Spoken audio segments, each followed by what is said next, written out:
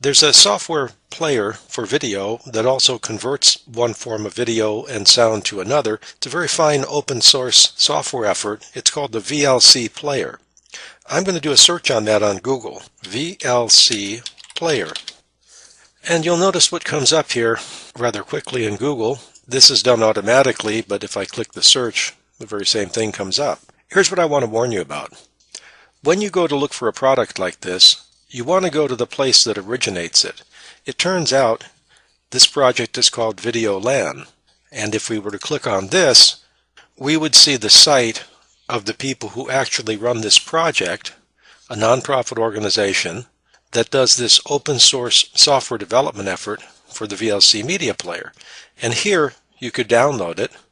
You'd be getting the software straight from the vendor, and if you read various things on here, this tells you as much as you could possibly get from any source about this product, because these are the people who create it. This is where you want to get a software download from.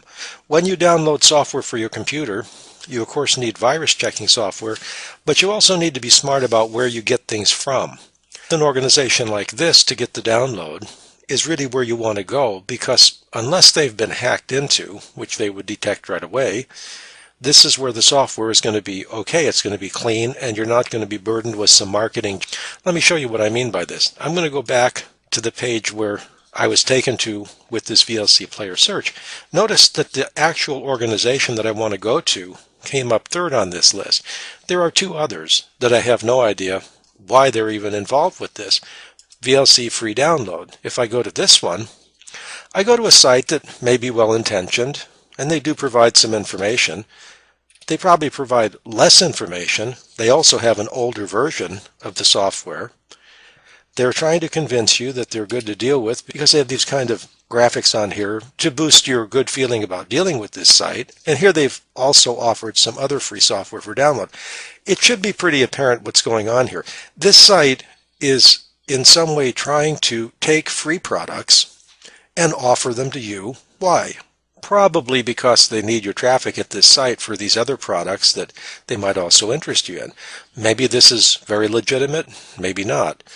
But I don't know that I would feel as comfortable dealing with somebody who's just passing the product along as opposed to the actual organization that has been created to produce that product. Here's another one. If you come into this one to get your free media player download, well, it looks fairly nice. And there's all sorts of stuff mentioned about the features of the product. You could download it here, but we don't know what version we're going to get. Let's go here to the privacy policy of this organization. They do reveal they're going to keep a log file of where you go and moving around their site, and it uses cookies to store information about your preferences, meaning it puts a little information on your machine.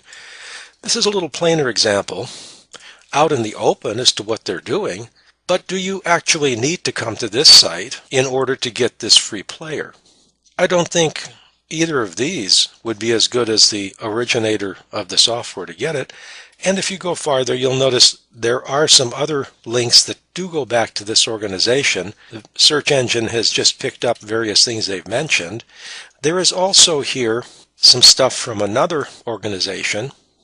Many times when people create shareware, if they don't want to maintain a site for themselves, they put it on this site, CNET, and I would think it's fairly safe to download things from here. I've downloaded things from this site as well. There is some commercialization of this, and sometimes places like this attempt to get you to click on something almost a little bit tricky. You may have come here to download this software, but there may be another button here that's even more prominent that says click here to download, in which case you'd wind up going off in some other direction downloading something else. The main reason that this might be interesting is you might come here to get a review of a product that you're thinking of downloading.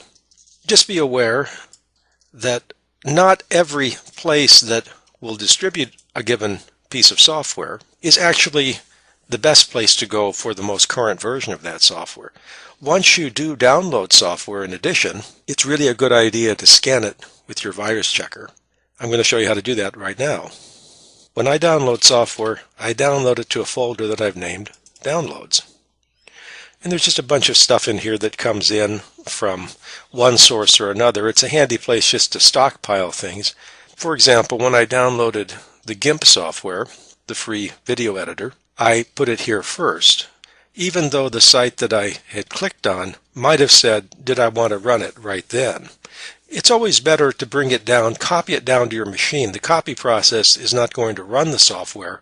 It's not going to execute it. So just copying it down isn't usually any problem at all. But then if you have a capable virus checker installed, once you've downloaded that file, you right mouse click, and you usually would have from your virus checker some convenience such as this, a scan function. Scan, and then this piece of software that I've highlighted. I'm going to click on that.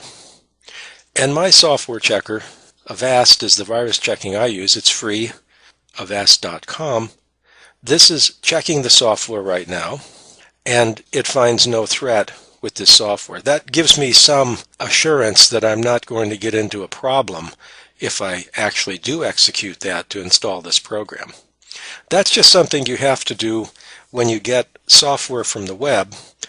The two steps, you have to make sure you're finding it and getting it from the originator of the software and not somebody who's just sort of riding along free and attempting to get you to come to a website by way of offering free software, and then do a scan of what you've downloaded.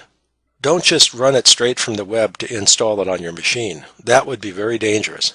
You can get a lot of very good functional software of the open source variety from the web, but you have to be careful. You don't want to mess up your machine with a virus that will cause you a lot of grief and possibly a loss of some programs and data.